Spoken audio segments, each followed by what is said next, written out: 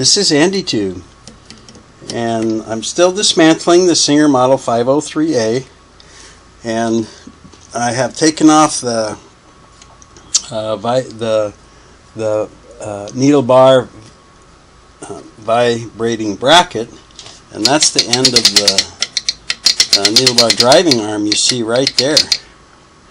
So you must take off the Needle Bar vibrating bracket to be able to get the needle bar driving arm out, and I did a video about that, and I'll put a link on the end of this video to show you that video, or you can look for the how to remove the needle bar vibrating bracket that looks like that.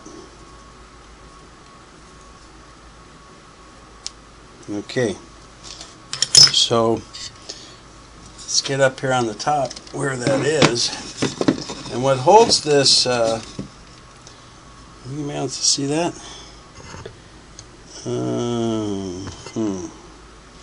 Not so much. Let's see. I think I can raise this up a little bit. Yeah, maybe like that. See if I can get closer. I'm using this old camera tripod that I bought in 1981, and it's still working. That looks better, yeah.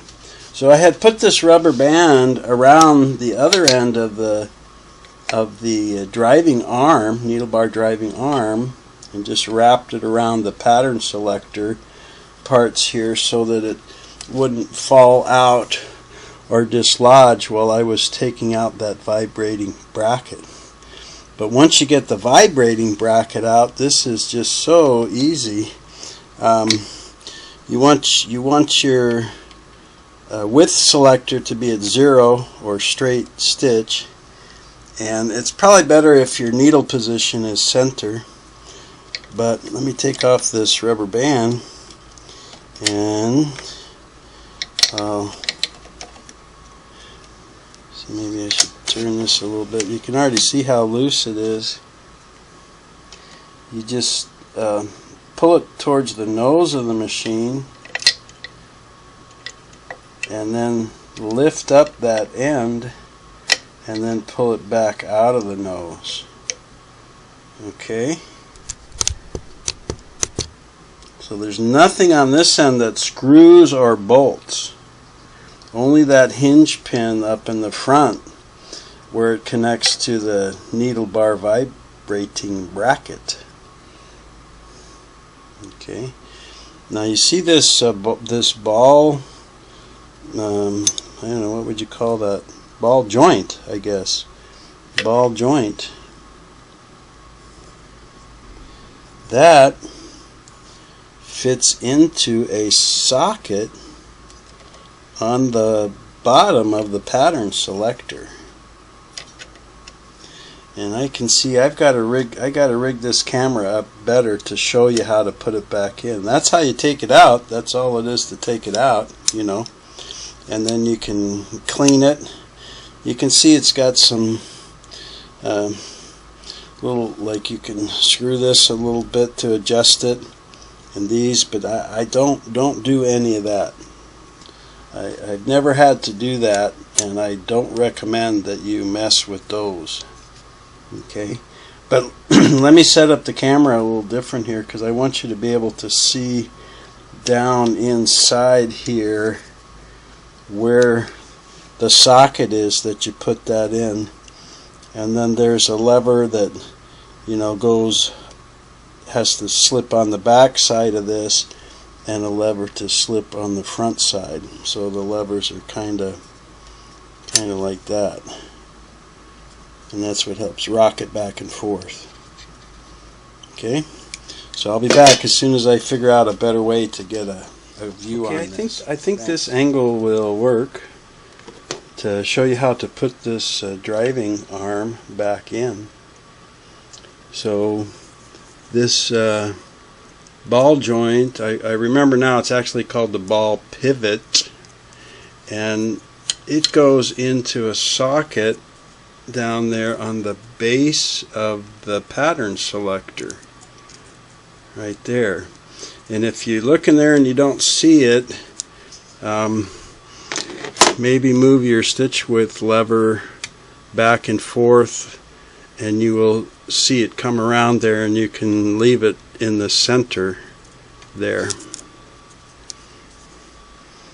And in what I'm going to call the paddle here, if you saw my video about removing the vibrating bracket, needle bar vibrating bracket, the hinge pin spring that came in here was hooked on this side of the tension arm. Well, this side of the tension arm, so the spring goes on this side, and it's used to push that tension arm onto the back side of the paddle.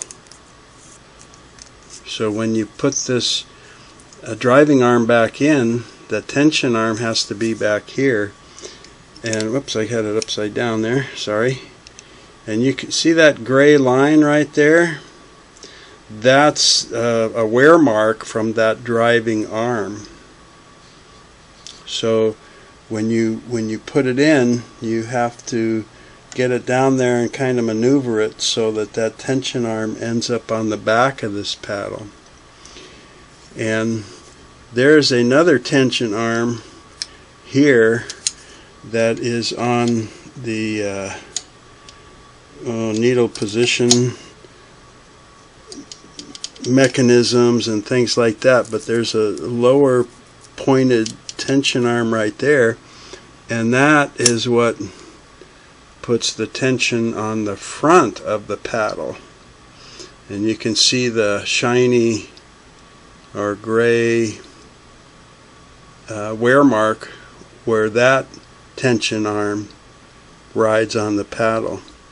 So you have a tension arm in the front and a tension arm in the back, and the tension arm back here is on that spring, right? So it can flex with the paddle.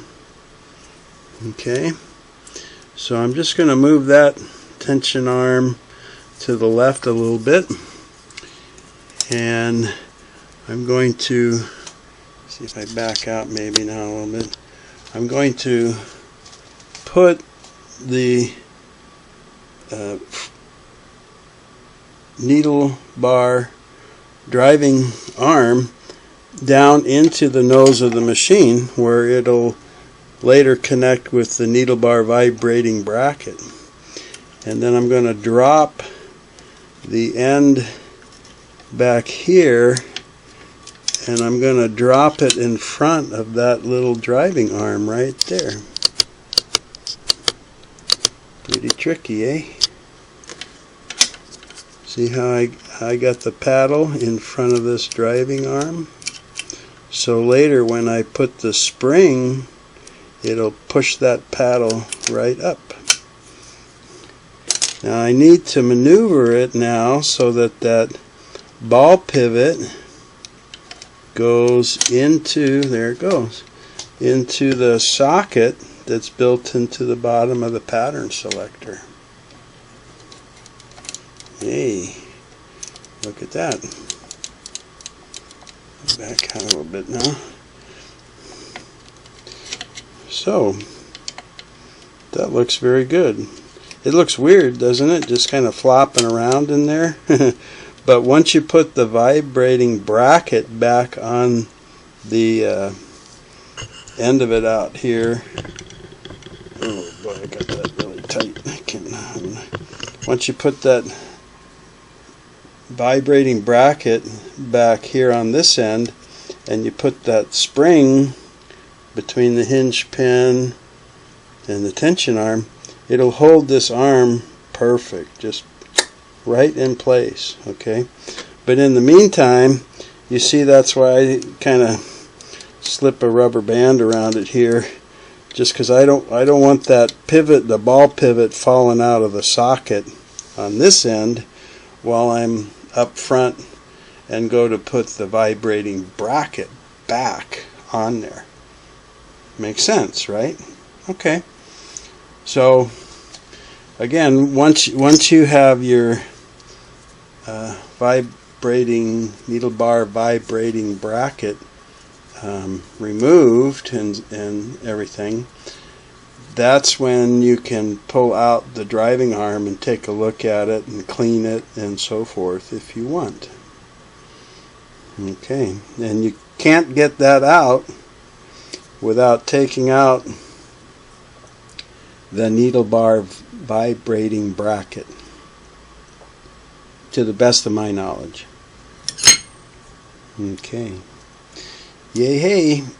Thanks for tuning in on that, and come back and see me. And if you have a question or a comment, or you would like to subscribe, please do any of those. Thanks for watching. Take care.